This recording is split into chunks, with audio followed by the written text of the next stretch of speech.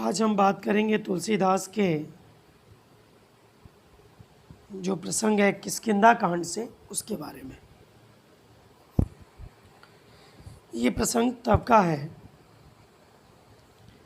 जब सीता के हरण के बाद हनुमान जी राम और लक्ष्मण को लेकर किष्किंधा पर्वत पर जाते हैं सुग्रीव से मित्रता कराने के लिए। राम, लक्ष्मण और हनुमान किष्किंधा पर्वत पर पहुंचने के बाद सुग्रीव के साथ प्रभु श्री राम की मित्रता करवाते हैं। जब मित्रता हो जाती है दोनों के बीच में, तो प्रभु श्री राम मित्रता के जो सद्गुण हैं, जो अच्छाई है, उसे बताते हुए और सुग्रीव को विश्वास दिलाते हैं कि हम तुम्हारा साथ देंगे और आप भी हमारा साथ देंगे, क्योंकि मित्र का ही धर्म होता है एक दूसरे का सहयोग करना। तो सबसे पहले हम इस प्रसंग को पढ़ेंगे और फिर उसके अर्थ को समझेंगे। तुलसीदास लिख रहे हैं, जिय न मित्र दुख होई दुखारी, तिनहि बिलोकत पातक भारी। निज दुख गिरी समरज करि जाना, मित्र का दुख रज मेरु समाना। ये चौपाई बहुत ही सुंदर है। गोस्वामी जी ने इस चौपाई के माध्यम से मित्रता के लक्षण को बताए हैं। गोस्वामी जी बताते हैं कि जिनके मन में मित्र के दुख को देखकर दुख नहीं होता, वह संसार का सबसे बड़ा पापी समझा जाता है। वह व्यक्ति संसार का सबसे बड़ा पापी होता है। ऐसे व्यक्ति को देखने से भी बड़ा पाप लगता है। सच्चा मित्र तो वह होता है जो अपने पर्वत के समान दुख को मित्र के दुख के सामने धूल के समान समझे और मित्र के धूल के समान दुख को पर्वत, विशाल पर्वत के समान बड़ा माने और बड़ा मान करके अपने मित्र का सहयोग करे, उसकी मदद करे। ये मित्र का धर्म होता है। इस चौपाई में गोस्वामी जी ने सच्चे मित्र को अपना बड़ा दुख कम और मित्र की छोटा सा दुख को बड़ा समझकर उसे सहयोग करने की ओर संकेत किया है। भाषा अवधि का उन्होंने प्रयोग किया है। छंद जो है वो चौपाई छंद में उन्होंने इसकी रचना की है। शांत रस का तुलसीदास ने वर्णन किया है। अगली पंक्ति,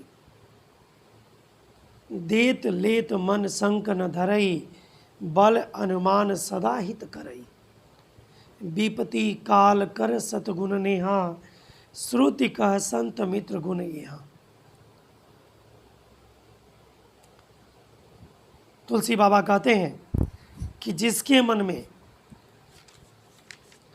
जिस व्यक्ति के मन में लेन देन का व्यवहार करते समय किसी भी प्रकार की शंका की भावना नहीं होती और वह अपने सामर्थ्य के अनुसार, अपनी शक्ति के अनुसार हमेशा हमारी भलाई करता है, विपत्ति के समय जो मित्र और दिनों की तुलना में 100 गुना ज़्यादा संकट की घड़ी में स्नेह करते हैं, वही सच्चा मित्र कहलाता है। हमारे वेद पुराण भी यही कहते हैं, संत भी यही कहते हैं कि श्रेष्ठ मित्र के गुण अर्थात उसके लक्षण यही होते हैं कि संकट की घड़ी में एक मित्र अपने संकट वाले मित्र का और दिनों की तुलना में उस समय सबसे ज़्यादा स्नेह करे, सबसे ज़्यादा प्रेम करे, उसके साथ में रहे। अगली पंक्ति लिख रहे हैं, आगे कह मृदु वचन बनाई, पाछे अनहित मन कुटिलाई, जाकर चित अति अहि गति समभाई, अस कुमित्र परिहरी भलाई।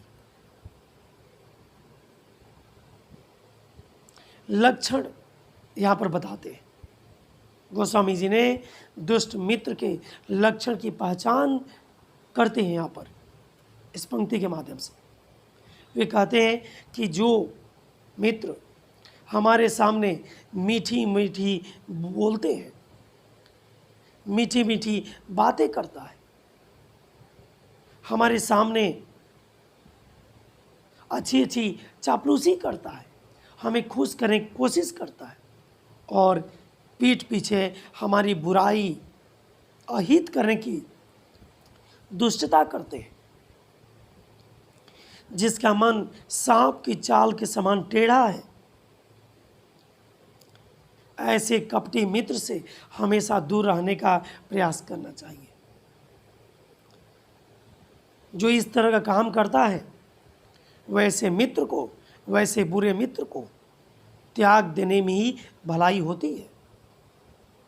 कहने का तात्पर्य यह है कि कपटी मित्र से, छल करने वाले मित्र से, धोखा देने वाले मित्र से हमेशा दूर रहने की इस पंक्ति के माध्यम से सलाह दी गई है।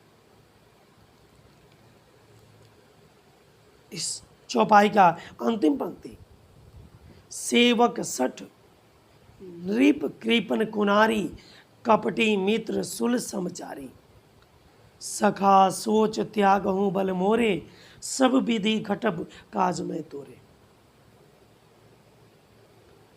बड़े ही सुंदर ढंग से प्रभु श्री राम विश्वास दिलाते हैं सुग्रीव को कि मैं हर तरह से तुम्हारी मदद करूंगा, सहयोग करूंगा। तुलसीदास जी कह रहे हैं कि मूर्ख सेवक, कंजूस राजा, दुष्ट या बुरे चरित्र की नारी और कपटी यानी धोखेबाज मित्र, ये चारों से कभी भी भूलकर भी मित्रता नहीं करनी चाहिए, क्योंकि ये सभी मौका पाते ही हमारी बुराई कर सकते हैं। इन चारों की मित्रता कांटे के समान हमेशा चुभती रहती है। इसलिए कभी भी मूर्ख सेवक के साथ, कंजूस राजा, बुरे चरित्र की नारी और कपटी मित्र के साथ कभी भी मित्रता नहीं करनी चाहिए, कभी उनके साथ नहीं रहना चाहिए। श्री राम कहते हैं कि ये सखा सुग्रीव, तुम सारी चिंताओं का त्याग कर दो और मेरे भरोसे, मेरे बल के भरोसे सारी चिंता छोड़ दो। हे सखा, हे मित्र सुग्रीव, मेरे बल पर अब तुम चिंता करना छोड़ दो। सभी प्रकार से हम तुम्हारे काम आएंगे, अर्थात तुम्हारी सहायता करेंगे। ये पद, ये चौपाई समाप्त होता है। अगली कड़ी में अगला पद।